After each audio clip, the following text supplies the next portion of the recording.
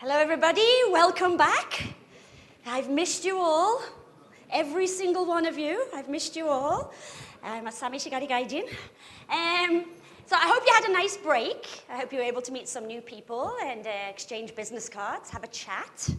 And did any of you get to try the takoyaki? Yes? Was it a first experience for anyone?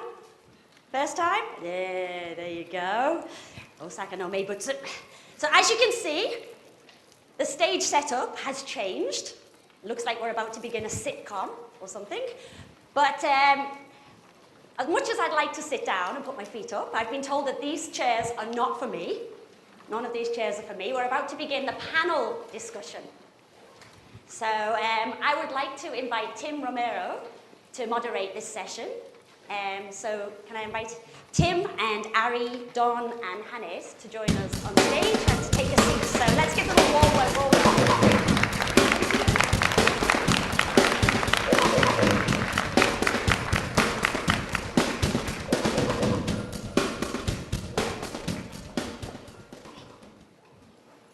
Okay.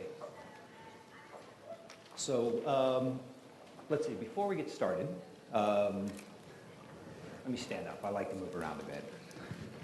So, how you doing? Before we get started, I've got a little bit of a brief introduction for myself. I've been in Japan 20 years. I'm deeply involved in the startup scene as a founder, an investor, an advisor. But I'm not really interesting enough person to have a 10-minute bio. So I'm going to use my time to talk about something far more important, which is startups in Japan and the changing attitude towards risk and innovation here. And hopefully, by the end of this presentation, I will put to bed one of the most pervasive and damaging myths about innovation in Japan. That sound good? Awesome. But quite frankly, I probably should tell you at least a little bit about myself before we get rolling. As I mentioned, I've been in Japan for over 2 decades here. I've started a number of companies here. I've sold a few, I've bankrupted a few. It's kind of the way it goes. Now, among other projects, I'm also running the Disrupting Japan podcast, in which we sit down and talk to Japanese founders, some very early stage, some post-IPO, and talk to them about the changing Japanese economy, what it's like to run a company in Japan. And the fascinating thing is that when you speak to the actual founders, you get a radically different perspective about the economy of Japan and about innovation in Japan than you do when you speak to large industry associations and the politicians who talk with them. And there's a really good reason for that. But we're getting a bit ahead of our story here. We'll get back to that point, I promise. My next project is something extremely cool and very exciting, but which I cannot talk about right now. But in a couple of weeks, I'll tell you all about it, and it's really cool, I promise you. Okay, let's bust a few myths. Now, if you've been in Japan for more than a week, someone has told you that Japan changes slowly. This is repeated from politicians at the highest level of government to elementary school children. It's bullshit. It is absolute nonsense. This is a phrase that's repeated by people who are too timid or are too lacking in information to take the action they need to. And if we achieve nothing else by the end of this presentation, I hope we will all agree to stop repeating this damaging myth. Okay, but to do so, we're going to jump back into the mid-1800s. When Japan's 100 years of isolation was ended, when Commodore Perry sailed into Yokohama Harbor with 4 large, very scary American warships that looked absolutely nothing like that. Now, Japan's leadership realized they needed to change. And during the Meiji Restoration, Japan changed every single aspect of society. They changed the government, the economy, the infrastructure, the military, the legal system, the educational system, even the language. There was no real Japanese language, a unified Japanese language before this time. A lot of what's considered the canon of Japanese history was created during this time. So starting almost from nothing, in less than a few decades, Japan became powerful enough to defeat Russia in the Russo-Japanese War, one of the major powers of the age. Now, I'm not praising Japanese militarism or military force by any stretch of the imagination. That was a path Japan went down that caused pain throughout Asia, and there's scars that still haven't healed from that. No. My point is that from the beginning of the Meiji Restoration in 1886 to the signing of the Treaty of Portsmouth in 1905, less than 40 years, Japan went from a country that was literally hundreds of years behind the times technologically, diplomatically, industrially, into defeating one of the great powers of the age. Less than 40 years. About the same time it takes most people to pay off their mortgages. This was unprecedented. This was unheard of in world history. No country had ever been able to change that dramatically and that quickly. But something very much like it would happen again. So Japan's defeat in World War II was total and absolute. In fact, if you go back and read what was written at the time, a lot of the economists working with the occupation forces thought Japan would never be able to recover. The damage was too deep, the infrastructure was too destroyed, and they thought Japan would be forever limited to a basically vassal state of the United States. Well, we know what happened. Japan decided things needed to change. They remade the entire economy and government from a military-industrial facing economy into a consumer-facing democracy. And less than 40 years later, once again, Japan changed. Less than 40 years later, Japan was the second largest economy on the planet. No country in the history of the world has been able to transform itself so quickly, so completely, and so many times as Japan. So please, for the love of God, stop saying Japan changes slowly. No nation changes faster than Japan. But this time really is different. Japan's past two economic miracles have both been top-down affairs. They were centrally planned, they were executed through a rigid and very efficient hierarchies. But innovation, particularly disruptive innovation, can't really be done top-down. It's almost by definition a bottom-up affair. And Japan has never really been good at bottom-up. But this too is starting to change. And this goes back to speaking to actual founders, speaking to actual people who are growing their companies. Because today's entrepreneurs are different from their predecessors in previous generations in one very, very important way. So if you go back to the great entrepreneurial companies in the 50s and 60s, the Sonys, the Hondas, these companies were extremely aggressive overseas, but domestically, they played by the rules. They were careful not to engage in what the government likes to call excessive competition. And even the great internet firms, the Rakutens, the Mixies, the DNAs, the Grees, these were not companies that were going head-to-head with NEC and Fujitsu. They were companies that were going after a new territory that technology had opened up. They were companies that were taking advantage of a new sector. But today's founders, if you sit down and talk to them, a lot of them will point to very large Japanese companies that they consider competitors. And they'll tell you privately, of course. In public, harmony must be maintained. But they'll tell you privately, no, those guys, they can't really do what we do. Even if they thought they understood what we do, they couldn't do it. So maybe they'll buy us in 5 years, maybe we'll buy them in 10, or maybe they'll just be out of business in 20. And this gives me hope. This type of aggression, this willingness to disrupt, is what's really needed for Japan to survive, for Japan to become an engine of innovation. And it's beginning to happen. And I have absolutely no doubt that in the decades to come, Japan will become a source of global disruptive innovation. And I also realize that standing on this stage today, that seems like somewhat of an absurd claim. It sounds every bit as absurd as someone in 1955 saying that Japan would rise to become a great economic power. It sounds just as absurd as someone in 1880 saying Japan would rise to become a great industrial and diplomatic power. But all of those things came to be. And the reason they came to be is because Japan changes very quickly.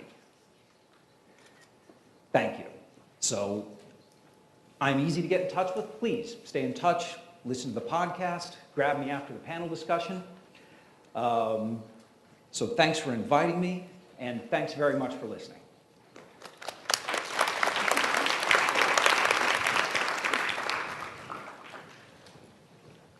Okay, I'd like to introduce briefly, you don't have any slides, but please, Ari Horie, so can please tell a bit about yourself. Hi, my name is Ari Horie. I'm going to step up if I may. I'm a founder and CEO of a women's startup Lab.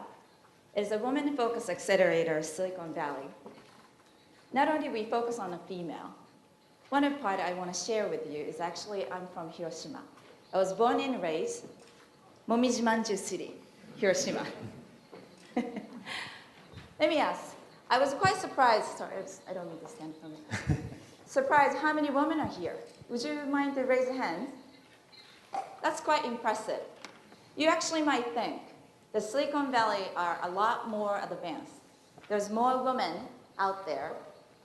However, I see more women here today. It's quite impressive. And how many of you men have a daughter? Daughter. How many of you? We're here to make the world a better place, where your daughter and your wife, your sister, can have an opportunity to build the business. And Women's Startup Lab in Silicon Valley, we have graduated 35 female entrepreneurs, and of which 2 companies have graduated. Today, I'm here to share what we have done, and with this panel opportunity, I'd like to share what each one of you can take action and how you can make impact for Japan to have a more welcoming environment for female entrepreneurs. Thank you.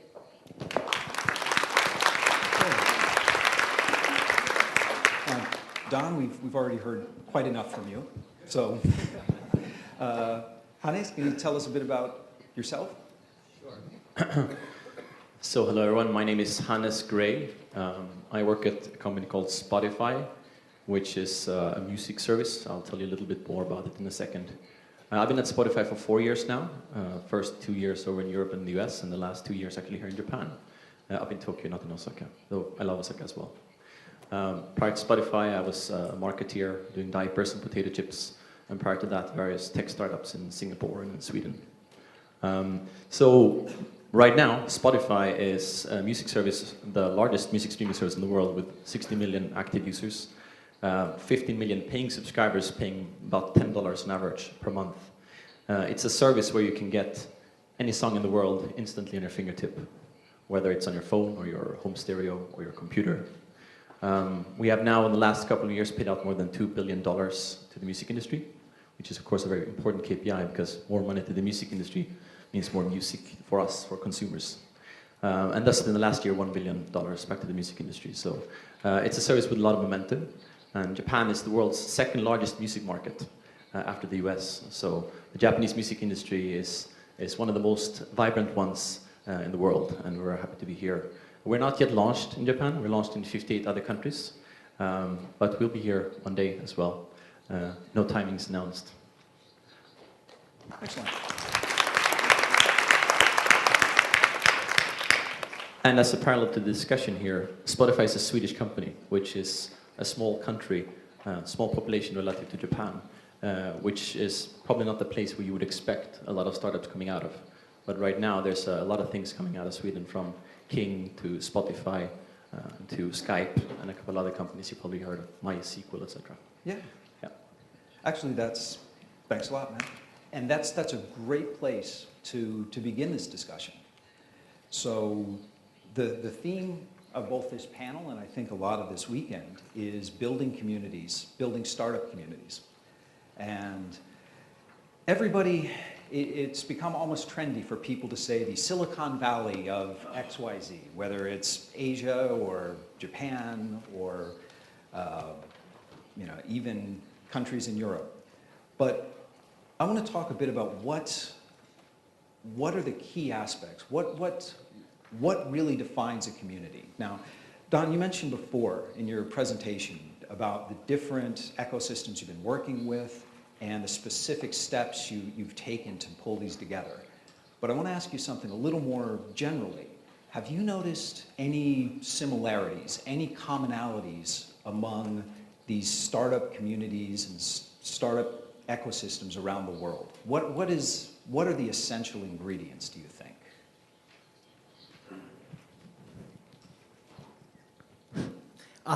Yeah, I think, again, the essential ingredients as far as core principles, I kind of outlined. It's just entrepreneur-led, it's got to be a long-term commitment, et cetera, et cetera. But I do think specifically, if you think about how do you get at least the initial root of a startup community? And, everyone thinks about Silicon Valley as this huge thing that's been around from 1950, but even Silicon Valley, when it started, was just an orchard field. I mean, literally, Silicon Valley were a bunch of orchards, and a guy from the East Coast named William Shockley, who was a scientist at AT&T Bell Labs, he had family out in Silicon Valley, and it was a random event. He said, oh, I'm going to go start my company out in Silicon Valley, where my family is. And William Shockley was a brilliant scientist. He was a crummy CEO, and everyone wanted to leave his company. So they and we really didn't have a venture capital industry at that time. So a guy named Arthur Rock from New York said, hey, there's these amazing 5 engineers that work for William Shockley, and they just hate working for him, and they want to leave. Why don't we fund them? So we need highly inspirational people who no one can stand to work with. Exactly. I know a few of those. But it's, in other words, it's random events. So in other words, like, for example, so that's Silicon Valley, which was really a random event. Now it's a huge mega Goliath, but when it started, it was not. Who would have guessed that these orchard fields? Now, in Boulder, same thing. It was IBM put their disk drive manufacturing place in Boulder. I don't know how that decision got made, but basically there was a disk drive, and this was when storage was a big deal. And again, people spun out of that disk drive in Boulder and started a company called Storage Tech. And Storage Tech was the first successful kind of startup in Boulder, and people became rich and became angel investors and then could invest in other people.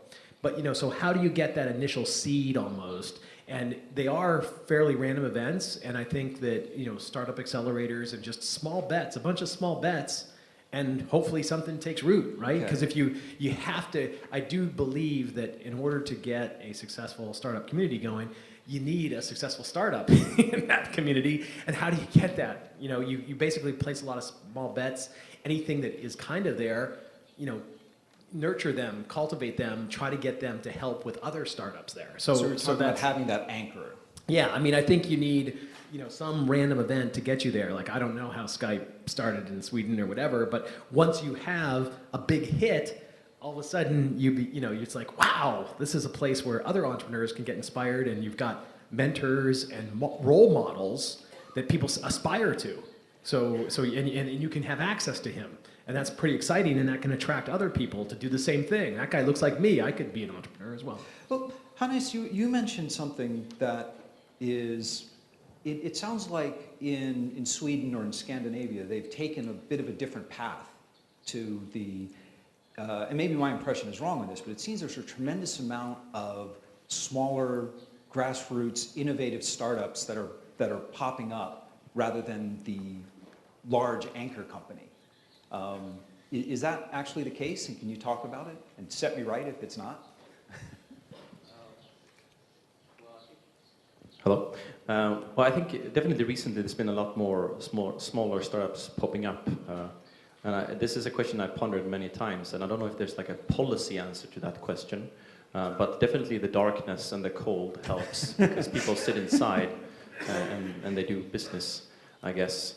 But there's also definitely a couple of Intel equivalents that have shut down or left. So, you know, Ericsson shut down their mobile division, Sony, Nokia got sold. So there's talent entering the market looking for something to do. And a lot of those go on and start their own thing.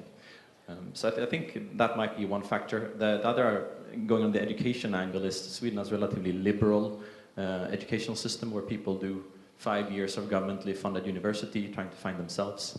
And that might be one factor as well that leads to people being willing to pursue their ambition to do something and not follow a preset path. There's no one saying that you should go on and become a Swedish equivalent of a salaryman. There's more time to find yourself, I guess. Okay. Well, actually, there is one commonality that I've noticed here. And Ari, I'd like you to comment on it, since you spent a lot of time both in Japan and in America. For that dynamic to happen, for people to be attracted to a dynamic founder and then to split and start their own companies, it requires companies to be founded and turned over very quickly. And Japan has, I think the average age of the companies in Japan is far, far older than it is anywhere else in the world. And Ari, do you think that is an important dynamic?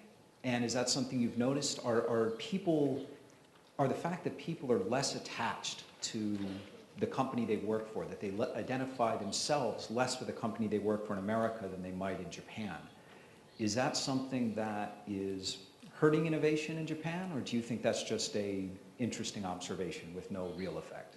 You mean saying the many of the starting here is older demographic, and why that is and how it affects? I think that the company life cycle in America and in Northern Europe is much faster. Companies are born quicker, they die faster in outside Japan than they do inside Japan. And do you think that has had an effect on the ability to free up talent to start startups here? Oh, like, yeah. Well, I don't know, actually. It's hard for me to say because in Japan, there's a certain ecosystem that allows people to stay and continue to excel their skill sets. And now you're saying you can go after your dream and start your own business. That's a completely different mindset. So I think Japanese express their desire to pursue what they're really good at as a hobby, like otaku. Maybe that's the beginning of a somewhat entrepreneurship, because you're pursuing something you're passionate about it. And with that focus, Japan had some of the world-class manga and all the small industries have grown and gotten some sort of recognition. So maybe you were talking about the local growth, instead of having a Silicon Valley in Silicon Valley, but how could we nurture local talent? I think it begins with really recognizing the talent that you have. Japan's well known for world-class quality products, and actually amazing creativity comes out. The question is how we let that harnessed. And instead of looking at outside of Japan, looking at Silicon Valley, I'm from Silicon Valley, but looking at Silicon Valley begins with your identity. And you have to think, how am I going to have my identity to become a product and harness? So just going back to your questions, is the age of things matter? I think has a lot to do with the value that Japan has, that it's how startup starts. It's different in Japan than outside of Japan. It sounds like Japan could really be the best of both worlds if it works out. If people have the option of starting companies and they also, for those that don't want that, have the stability. Yes, I often think that people outside Japan recognize the talent of Japan. Many of startup folks, I mean Steve Jobs and Lean Startup, or originally respecting a lot of Japanese learning and systematic way of building something. And so it's many ways we Japanese have this world-class thinking. Well, and that's true. The whole lean startup phenomena now is really based on the work from Toyota. Correct. Yeah. And we tended to think that's from Silicon Valley we have to actually follow. And it's certainly a great brand, but where origin comes from us, right? Yeah. You. It's just that we have to take action to recognize that, perhaps. Let me ask a very general and difficult question, and it's probably the question I'm most asked when I'm talking to people about how to form an ecosystem. So what is it that you think, attracts entrepreneurs to a particular city, to a particular location? In my mind, I've found that entrepreneurs are often attracted to either capital, access to customers, or in some cases, access to other entrepreneurs. But what has it been in your experience, or speaking as an entrepreneur, what do you think is most attractive about any particular location for an entrepreneur? I can actually, Please. I would like to add, sorry. One of the things I see in the Silicon Valley, people have moved in because of the capital. However, because of so much competition, I've noticed once they build the product, then they seek other places just to get a capital. Like Argentina have a special fund. If you come over and we'll give you $1 million to build a company. Nevada has different attractive startup community, then they will actually move out. And I focus on female entrepreneur, and I've noticed that sometimes female entrepreneur has a harder time gaining a capital, and then they actually choose to leave Silicon Valley to the place that might get more support. So I think one way it could be capital, one way it's just momentum, and specific area has a specific focus of that particular industry. Okay. Is there, I want to ask a follow-up on that, because there's one interesting point. Capital these days is becoming more and more global, and more funds are investing around the world. But people are still drawn to Silicon Valley primarily for access to capital, do you think? Is that still one of the big drivers? I think certainly capital is the one, but I hear a lot of successful entrepreneur outside of Silicon Valley come out to Silicon Valley as the international gateway. Okay. Yes, so, and then the other thing is the culture. Hans, you have something to add on that? Yeah, I think fortunately, I don't think there's a single answer to that question, because people go to different places for many different reasons. So I've done business both in Singapore and in Tokyo, and those were very different reasons why people went to those places. So you find a lot of Westerners coming to Japan and Tokyo because they love the culture, they love everything about Japan, and then they're trying to start a business here because they want to do something in Japan, and it's hard to get a job in a Japanese company if you're a foreigner.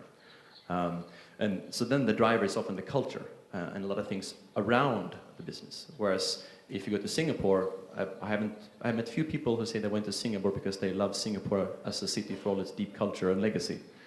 People go there for other reasons. But there are people going to both those locations and other locations for other reasons. So that allows every location to be competitive for talent in different ways. So as you say, capital is probably becoming more global, so that's becoming less of a differentiator. You can probably find capital in most locations today if you're willing to take a flight to where the VC is, or they are. So you think like a very productive thing, for example, might be to enable qualified foreign entrepreneurs to, quality of life issues. I'm sure that plays into Boulder quite a bit. Maybe like making it simpler to get visas and that kind of soft support would help attract entrepreneurs, international entrepreneurs? I think that would increase international entrepreneurs, yeah. But there are also domestic entrepreneurs, right? True. So, but yeah, that would increase feasibility for international entrepreneurs in the round. So, yeah, I think there's lots of variables of what attracts people to a certain community, but capital being one, but it's really not as much the capital as it is the talent and the community of practice that you can tap into. I mean, the big thing about Silicon Valley now is, you're going to run into a gazillion people that know what you're doing, can empathize, can mentor you, it's got an amazing density of of talent and people that have built businesses and Right, that are they get this successful critical startups. mass now. Yeah, so they got this critical mass now, and it's mostly that I can plug into this critical mass of people that know what the heck they're doing and building what I want to build, right? So I think that becomes more important than capital, certainly quickly. But how do you create the critical mass to start to attract people? And I think every city has to rely on their own differentiation. So, for example, in New York City, it's like in Silicon Valley, everyone's an engineer and a gearhead, right? So in New York City, we've got an amazing amount of arts and culture and just much more of the aesthetic beauty side of things, right? And it's not that everyone's an engineer. And if you want a culture that just doesn't have one type of person, you go to New York City instead of Silicon Valley, right? But in other words, so we try to do more of, in New York City, you try to leverage the diversity of a New York City and the design, media, and the arts type of aesthetic of New York City and make that an advantage over Silicon Valley. Like you can't become, obviously, like you're saying, Silicon Valley, you have to take your advantage, and like in Boulder, Colorado, the advantage is outdoorsy people love Boulder, Colorado. New Orleans has got a very foodie culture. So they're trying to develop entrepreneurial ecosystems around, hey, let's food entrepreneurism, and New Orleans is known for their Creole cooking and just the highest quality chefs in the world. They're trying to leverage that as a competitive advantage. The advice you're giving for cities who want to become entrepreneurial hubs is the same great advice you would give young people who want to be entrepreneurs, which is focus on your unique strengths. Find out what you do better than anyone else, and find a way to get people to pay you for that. Sounds like good advice to me. Yeah, I can't agree more, because I have one of female entrepreneurs. She has 2 younger children, and she was in Ohio, and she packed up and said, I'm going to go Silicon Valley. So she came and stayed our program, and then once she realized her idea wasn't that great, so she decided to pivot. Next thing, she packed up her entire family again, moved to LA. So she moved twice. Another entrepreneur, she actually got funded by Richard Branson and exited at the age of 21. And she decided to start ad tech. And after a while, she said, Silicon Valley investor, they really don't understand my industry. Right? So she packed up and she moved to New York. New York was the best place for ad tech. More audiences, investors who really understood the opportunity. So I couldn't agree more. Okay, excellent. Well, let's, since this is a panel of difficult questions, I'm curious what your thoughts are. What is the role that government can play, whether local, whether national, in fostering entrepreneurship and entrepreneur ecosystems? And it's a tricky question because particularly in America, there is a almost anti-government, libertarian, the best thing the government can do is just stay out of the way sort of ideal among entrepreneurs. But obviously government has a role to play. And I want to get your thoughts on that. It's a hard question, so I'll take volunteers on who wants to go first. All right, I can count on you, Don. It's easy. We love government because they have money and they can give subsidized space. So it's really expensive in New York City in particular. Space in New York City is really expensive. And so for startups to pay a rent to house people in a location is extremely big part of their burn rate. So the New York City government under Bloomberg was extremely smart about helping startups get going, and they have a whole area called the Economic Development Office. And they would give, startup hubs subsidized space. So they'd give them free loans, they'd give them a much lower cost base so that the entrepreneurs could actually pay lower rents in these kind of startup hubs. And I think that's what you guys are doing here in Osaka with the Innovation Hub. And that just makes a lot of sense. The government can help seed that and give people an opportunity so that they have lower costs on their rent or have an advantage to matchmaking. So I think there's lots of interesting roles for a government.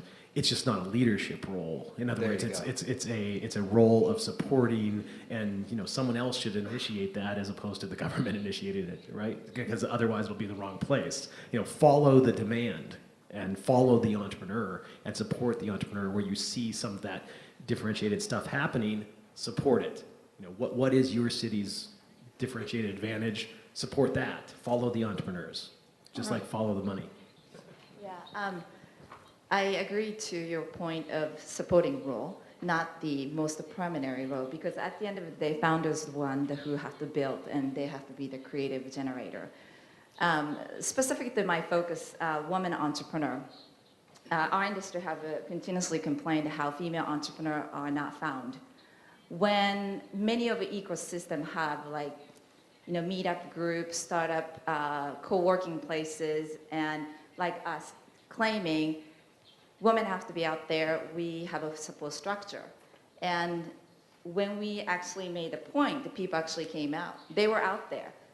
We just need to make a claim and have those people raise a hand and recognize.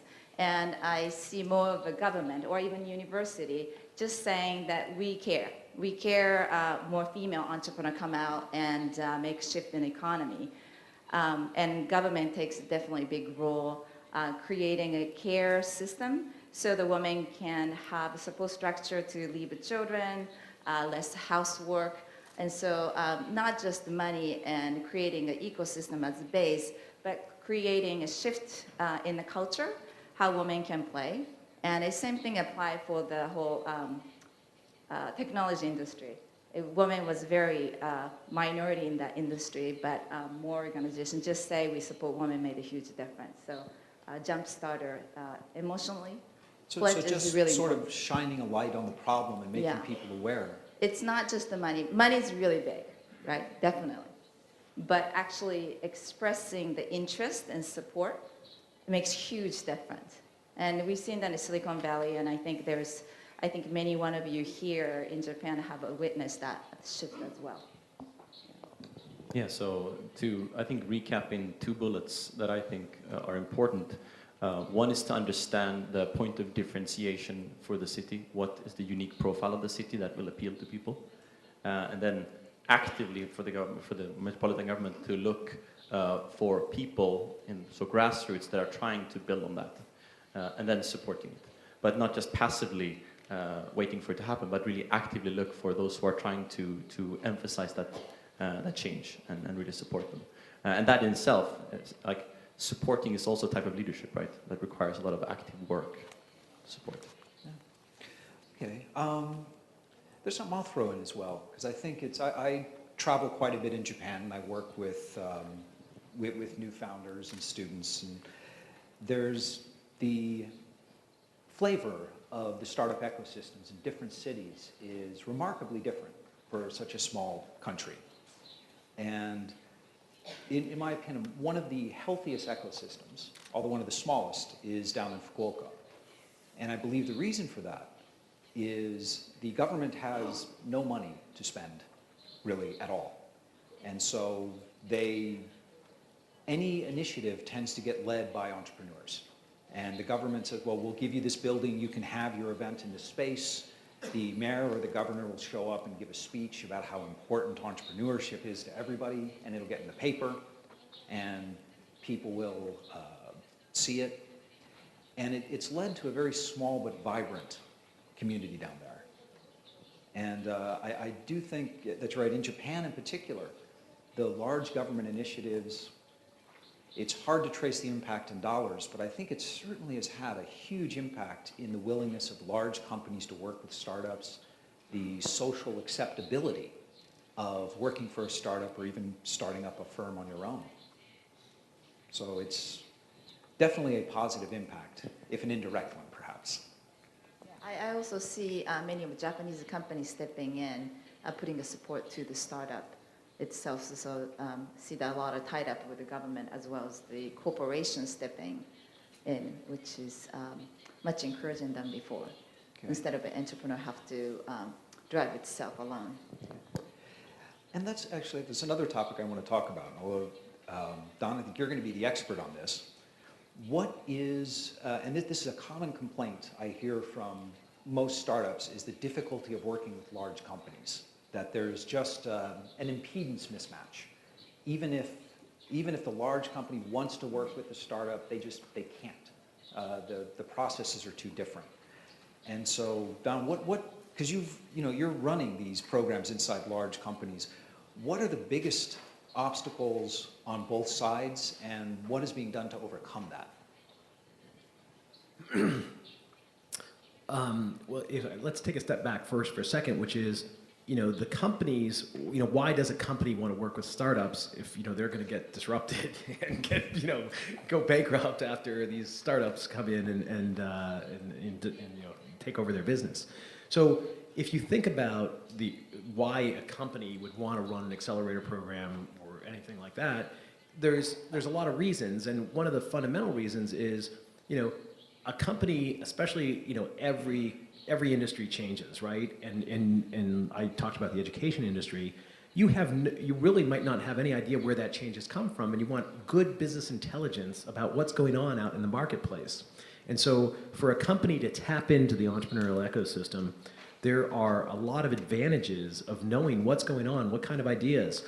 You're developing relationships with a lot of interesting people trying different things, and if you're in there early, getting to know them better than your competitor is, this is a great M&A pipeline for you as well. So you get to know where to go, and at McKinsey & Company, they have this thing called a growth matrix, and M&A is a really important engine for where to compete and for your future growth. So you have your core business now, but you need to understand your option value and then understand your emerging businesses, and this is an amazing pipeline to tap into it. So this is a reason why a company wants to participate and support the entrepreneurial ecosystem, because you learn so much business intelligence and it becomes a pipeline for you of potentially M&A activity. In addition, what the corporate sponsors that I've worked with really get an amazing PR hit. It's like great marketing dollars, because they're in the press a ton about supporting the entrepreneurial ecosystem and innovation, and how innovative are they to do this, and they're using their executives, and they get amazing amounts of really good press and really good kind of marketing opportunities. So it's a really valuable thing. And then the third area, in addition to the kind of pipeline and just good small bets and good investments that you can get return on investment in, they actually are a shock to the internal system at the organization. So the organization, the big corporation, actually, all the managers and people, executives that are helping mentor at the thing say, wow, these companies are moving really quickly. They think differently than we do. How come we can't think like that and move like that? And the speed at which these guys move is really inspirational. So there's this cultural shock. And so again, I think that's a reason why corporations should get involved. Taking a step back, because usually large corporations don't want to have that shock. They don't, like you meant, they don't want to be disrupted. So is there an appeal besides PR value? Well, what is the appeal besides PR? Exactly, but the shock isn't that they want to be disrupted, it's that they want to disrupt themselves. They want their own innovation to happen internally to their company, and they see tapping into the entrepreneurial ecosystem as a way to help that happen. So again, there's a lot of value. There's a lot of value for a large corporation to engage with and to become connected with the entrepreneurial ecosystem. And so that's what I'm saying. And then, like you're saying, the question you had, and now to shift to your question, is what's the problem when they try to interact a lot together? The problem is, you're an entrepreneur that has, 2 founders, 3 founders, whatever. You've got limited amount of time, and you can absorb all your time trying to get a deal done with some big behemoth that can't move very quickly. And I've seen it kill a lot of companies because you're investing way too much time in trying to get this business development deal done, and it never happens. And some of the most interesting stuff, Brad Feld, who I mentioned in my talk, he has a post, a bunch of blog posts that are really interesting. And one of them was about, companies shouldn't really try to do a business development deal. They should just treat it as a lean startup. Like, just go do it. Like, what's the value you're going to add for this company? And just go do it. Like, don't try to get a deal done. Just go do it, and then they'll see how valuable that is. And then they'll want to work with you. So just go do it, and just go add the value and do it for free, and do it as a lean startup with it as cheaply as possible, and go experiment. And wait for them to come back and wait for you to come to them and see the value add, because that's where you get a deal done, as opposed to just trying to talk it through. Just go do it.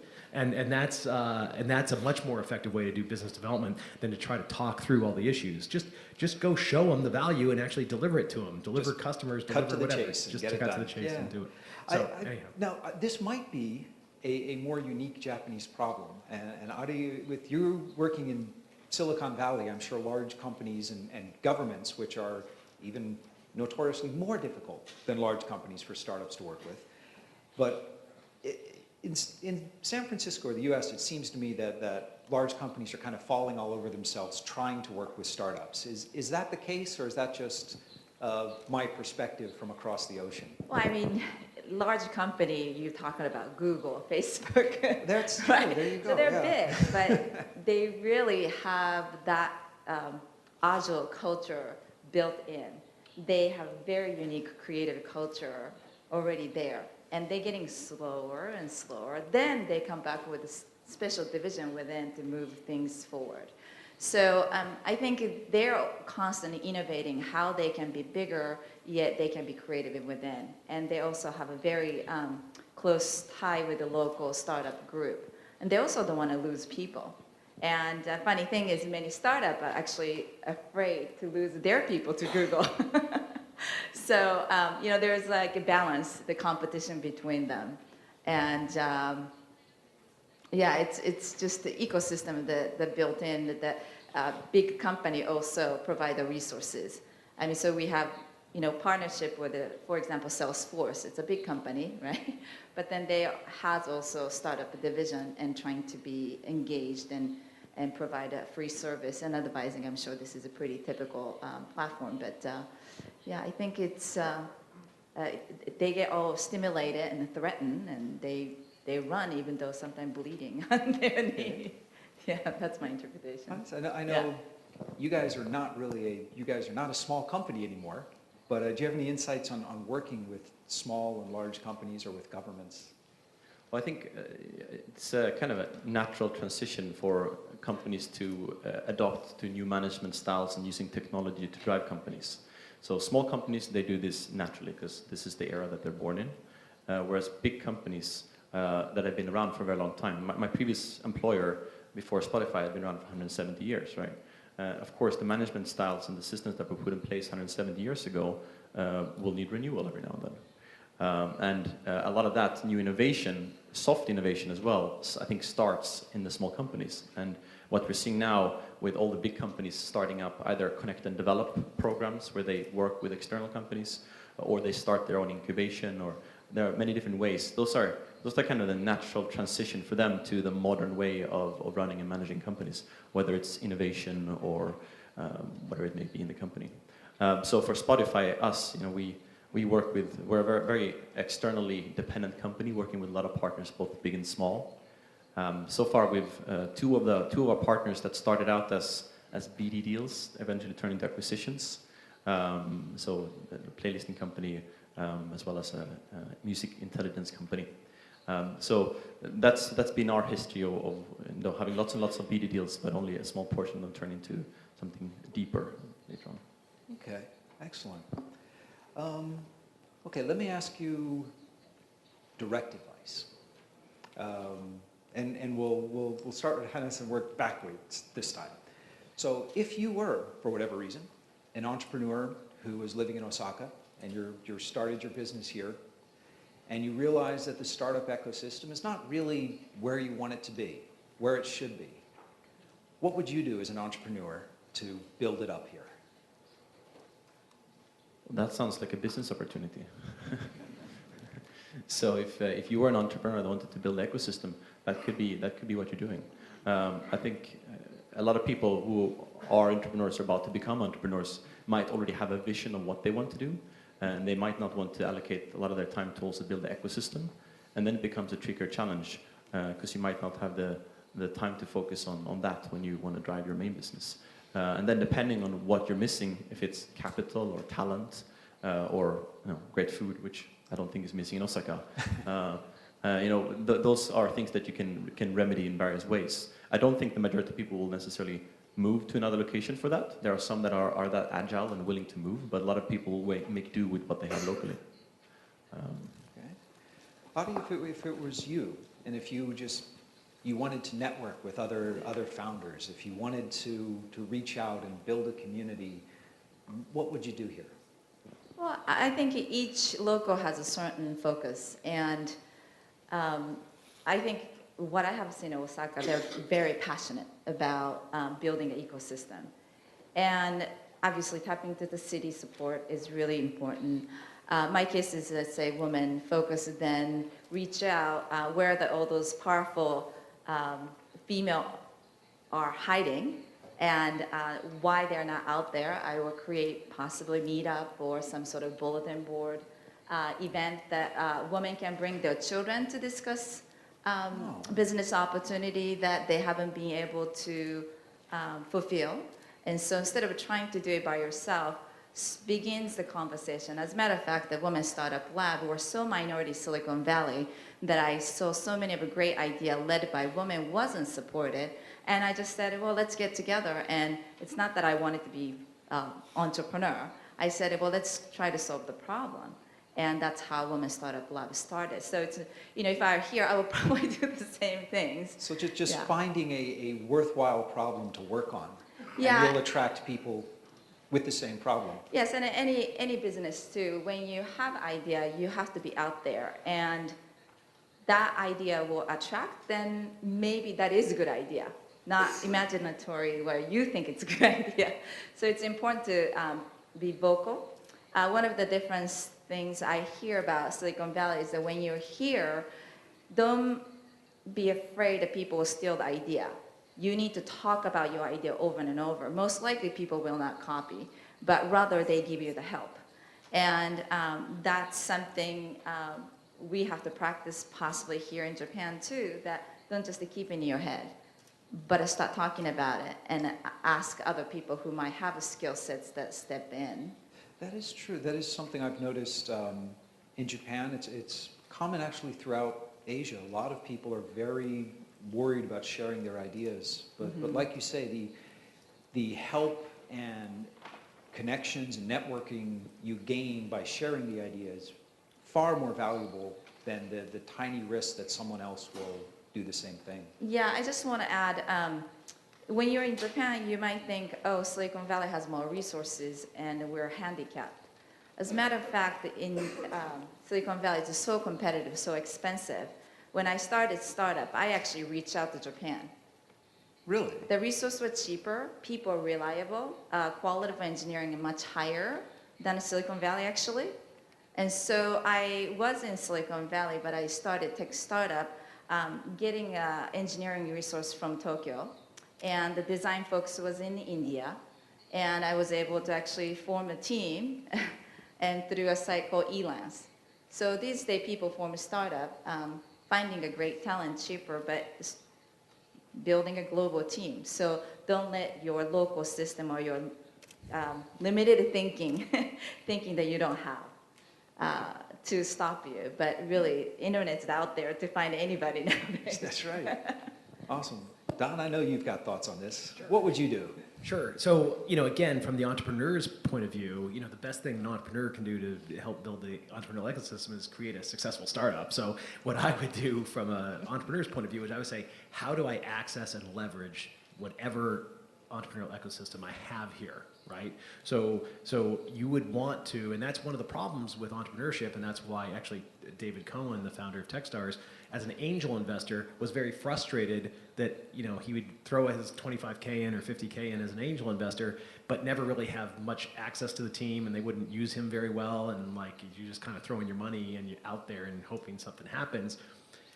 Because entrepreneurs don't have a natural tendency to just ask and go out and access the network of all the great other entrepreneurs that are there. So if I'm an entrepreneur, what I'm going to do to build a successful entrepreneurial company is I'm going to access that network, and I'm going to make sure I get to that seasoned executive that I really want to get to. I'm going to get a warm introduction. I'm going to use the government. I'm going to use the innovation hub to leverage my way into getting to smart people. I'm never going to think my idea is so valuable that I can't share it with anybody. That's like death. Right. So you have to get out there and share it, because you only by engaging people with your idea does it improve and does it move forward. So you got to get out there and access the network that's available to you, whether that's globally through Elance or wherever, or locally, get those great people that are going to be assets and help you build your business.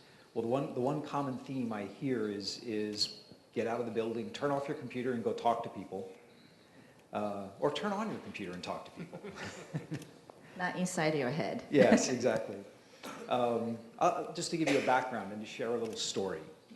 That question, it started out actually a year ago at Hack Osaka, where I was talking to two young, I believe they were recent college grads who wanted to found a company. And I was looking for them today and I didn't see them. I think they're hiding from me. But they were bemoaning the fact that there wasn't really a startup ecosystem here. There was no community of entrepreneurs. And I pointed out to them that they were in a building that the city has made available to entrepreneurs, and they were at an event attended by 400 or 500 people desperate to network with other entrepreneurs. And they said, yeah, someone should really do that. It's like, no. You two. You collect the name cards, you buy some pizza and beer, you send out some email and make it happen. And they kind of, made excuse, and I never really saw them again. But what I'd like to ask, instead of asking the panel, how many of the entrepreneurs or want to be entrepreneurs here today think that the startup ecosystem here in Osaka needs to be stronger, needs to be improved? Okay, all of you look around and see who else has their hand up. Oh, put them back up. See who else has their hand up? Talk to those people, exchange meishi, buy a beer. That really is how it starts. Okay, that's my little soapbox for this evening. We now return you to our regular scheduled panel discussion. Actually, you could also see it the other way around. Right? If the ecosystem is missing, but we assume that talent is evenly distributed, then if the ecosystem is not there yet, that means there's a lot of talent right now who's not working on a startup, but probably wants to. So the lack of all those companies means that the talent is out there wanting to work with you if you reach out to them. So it's an optimistic view on the same thing. Yeah, and I'd say my experience confirms that. I've done a lot of work with Startup Weekend, with other events, and both the ideas and the engineering talent that shows up for these events is fantastic throughout Japan, including Osaka. So there's no shortage of talent, it's just getting them together. In my case is I ended up focusing on building an ecosystem, be the ecosystem builder for women instead of building my edtech startup at that point. But I think it's just sometimes it takes a village to raise founders. So I like that. Right? I like that. Okay, let me kind of ask that from the opposite direction. And I think this might be a harder scenario for you all to imagine. But if you were in the position of a city or prefectural government employee whose job it was to help out startups, whose job it was to, with very limited funds, to try to get startups talking to each other and interested in each other, what would you do? And Don, I'm going to start with you this time so other people have a chance to think of an answer. Okay, great. Put on my government hat. That's a tougher one. I know it would be. Okay, so again, I think that what they're doing here in Osaka seems to make sense to me. That you're trying to create a convening space where entrepreneurs can get together. You're helping out with things like this, where you can raise your hand and entrepreneurs get together. So you're almost a matchmaker for how do I get some spark going and that type of stuff. So I think supporting these types of events, supporting the innovation hub, supporting that are certainly steps you want to take. But again, I'll go back to the kind of following the money or following the entrepreneur. So where do you see effort and energy and stuff that you can kind of put some wind on the fire, so to speak, and get it going, right?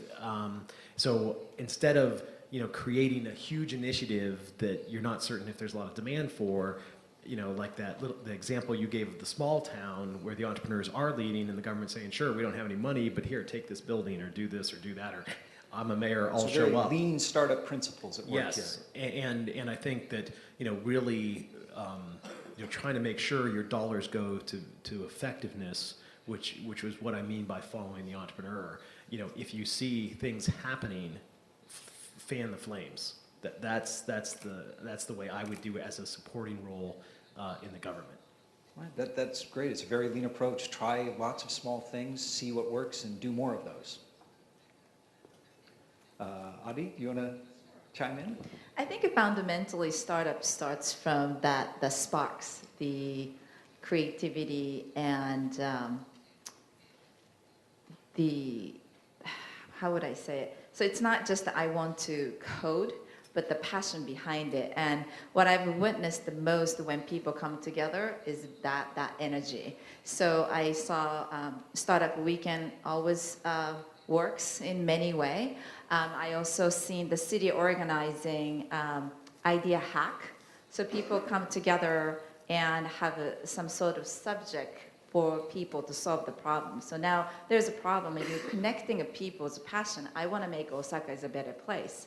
And you provide a platform or problem or passionate item and people come together. And people just need an excuse together and if people need a time and place to share their energy and have opportunity to connect. So one of the suggestions is that Meetup is great, but also idea hackathon. So it's not limited to engineer, but people who has the idea. And again, I'm an advocate for women. So they could be a great idea generator.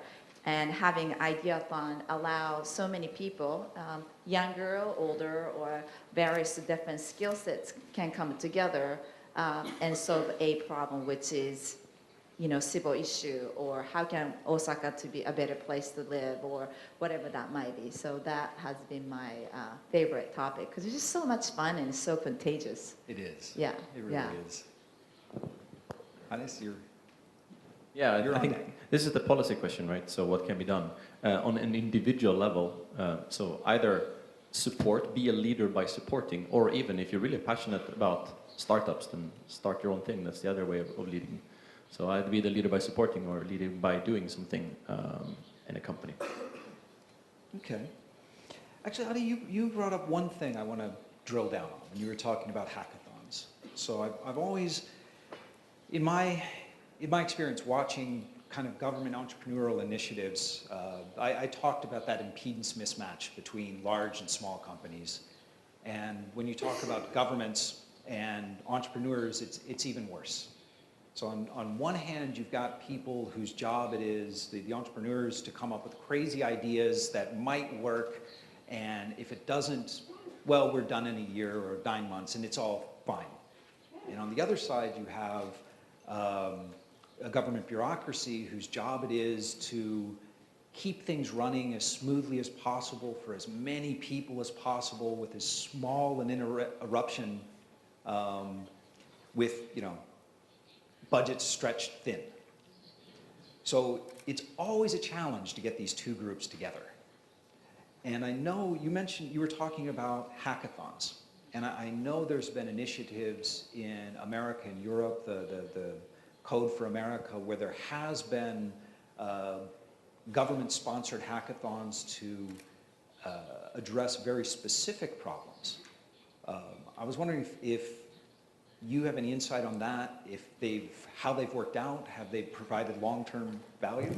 Well, actually, hackathon has been arguable in the industry that, yeah, it's great. People get together over 48 hours, and actually you form a team, right? But at the end of the weekend, not many people pursue the business. So some people say that's a waste of actually time, right? But people continue to do this because that allow government folks and regular people to have an opportunity to connect. So some of the biggest return is not what you can measure, trace the dot right away. But those moments that when they're working together, they felt the possibility. They felt the energy that we can actually do things together. They felt that government employee were part of the ideathon and hackathon. So they actually felt they're after all same human being that we all care. Sometimes the process, how you have idea, And actually making that happen, that process is pretty rocky, right? It's same thing for entrepreneur. So it's for government, right? It's easy for us to point the finger to government. It takes too long. But it's still as the entrepreneur world too. So the point is, they share the same goal. It's the beginning of it. And so many entrepreneurs had those moments that they wanted to do. And also government also felt that there's so many folks scared enough. And so I think hackathon continue to grow, continue to happen. It's just the fundamental experience of a yes, I can. So it can open up the roads of communication between the two groups as well. And the feeling, the experience is powerful, right? And so sometimes you don't need to have an answer for everything. It's like really, really important that you don't have to have an answer for everything. But you know that it's possible. And that 48 hours, you saw the possibility.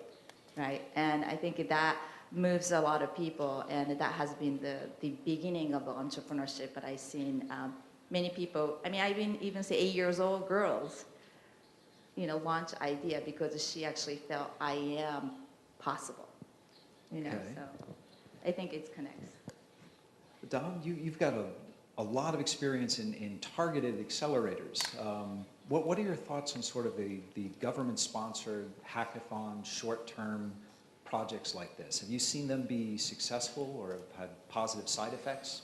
Yeah, very successful because, like you're saying, it's the type of event where you're hands-on trying to begin to build a business. And even if it's 48 hours and you get to a prototype, that's pretty exciting to see that possibility of, wow, in 48 hours, look at the website we produced. Look at the prototype we produced. You're actually starting to build something.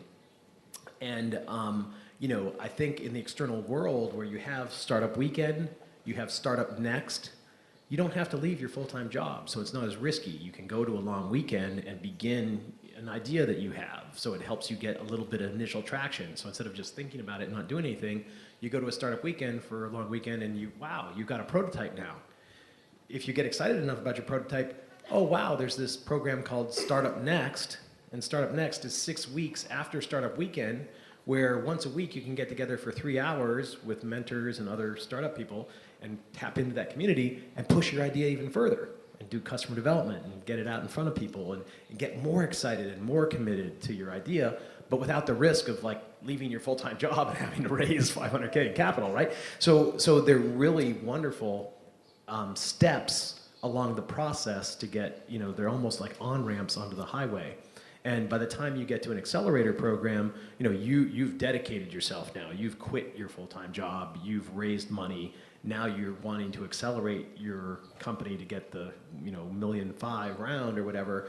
That's later stage, and you need the earlier stage. You need the upstream before you're ready to do that, or at least, engaging the community. So yes, I think I'm a big fan of those types of ways to engage the community, and you're building the commitment level to go for the idea. Excellent.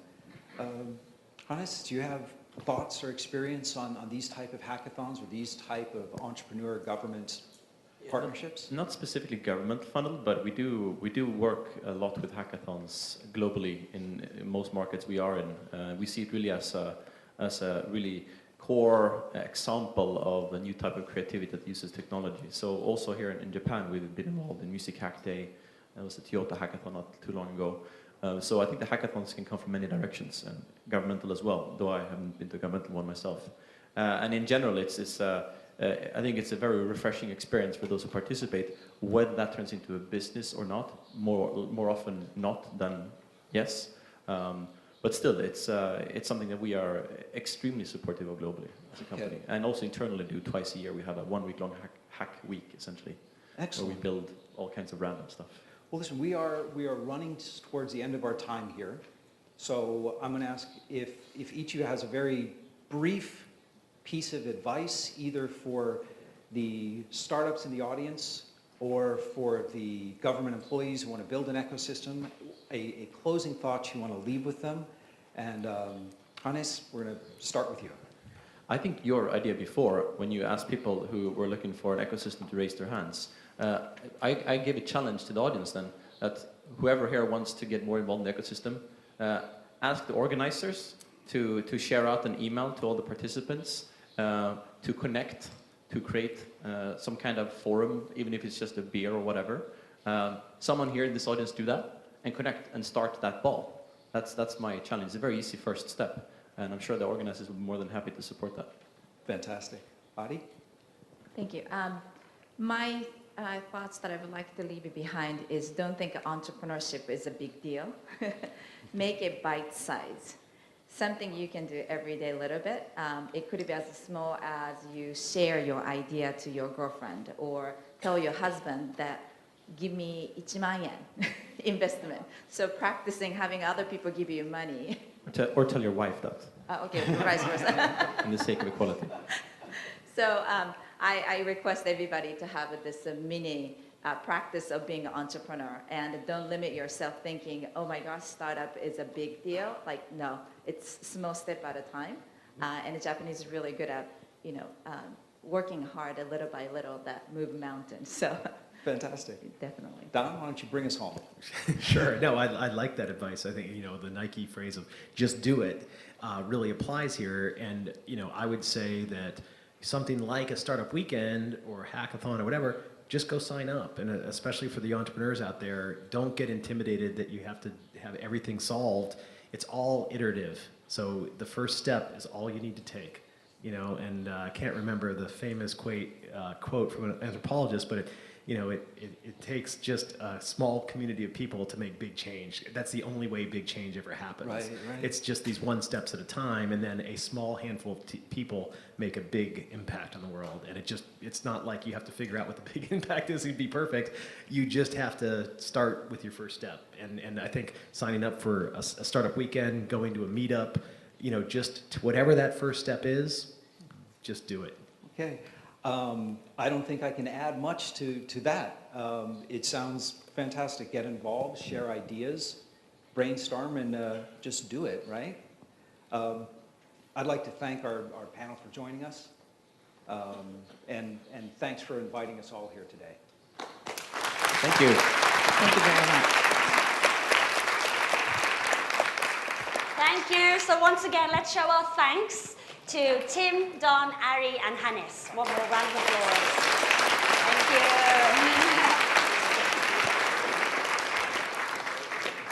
Thank you. Thank you. お疲れ様。